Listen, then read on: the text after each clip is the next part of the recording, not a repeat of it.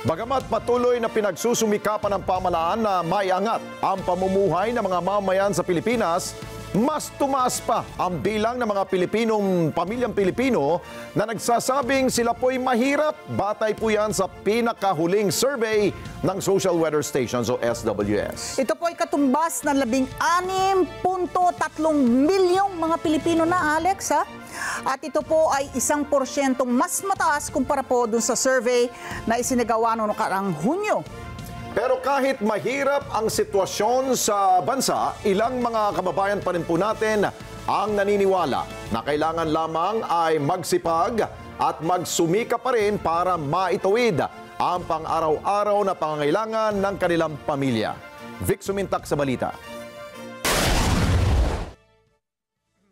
Mahigit kalahati ng mga Pilipino ang kinukonsidera ang kanilang sarili na mahirap ayon sa National Survey ng Social Weather Stations.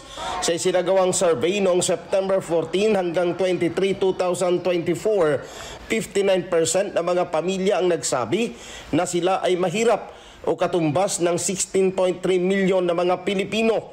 Ito ay 1% point na mataas kaysa 50% sa June 2024 survey at ang mataas na porsyento ng self-rated poor family simula noong June 2008. Ang self-rated poverty ay mataas sa Mindanao na mayroong 67%, sinundan ng Visayas ng 62%, Balance Luzon na 55% at Metro Manila na 52%. Sa survey, tinanong ang mga respondent kung naranasan nila ang maging non-poor noon. Ito ay katumbas ng 2.5 million newly poor, 2.3 million na usually poor, at 11.5 million na always poor. Ipinakita rin sa survey ang median monthly family expenses for house rent ay pinakamataas sa Metro Manila na 3,500 pesos. Sinundan ng Balance Luzon na 3,000 pesos, Visayas na 2,250 pesos at Mindanao na 1,500 pesos. Para sa transportasyon, sa trabaho at paaralan, ang median monthly family expenses ay pinakamataas din sa Metro Manila na 2,500 pesos. Sumunod ang Balance Luzon na 2,000 pesos, ang Visayas na 2,000 pesos din at Mindanao na 1,500 pesos. Sa mga tinanong ng Net25 News, mahirap ang buhay ngayon. Subalit magsipag lang ang tao, hindi masyadong maghihirap sa buhay. Medyo.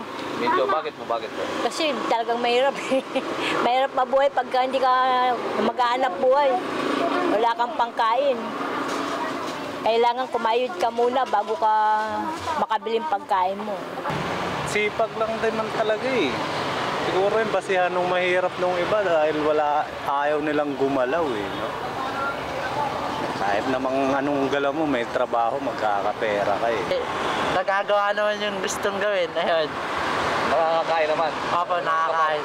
Opo, ayun, nakakain. Basta may trabaho, mga gano'n. Opo, ayun. Tsaka wala namang mahirap, ayun. Basta gagawin simple.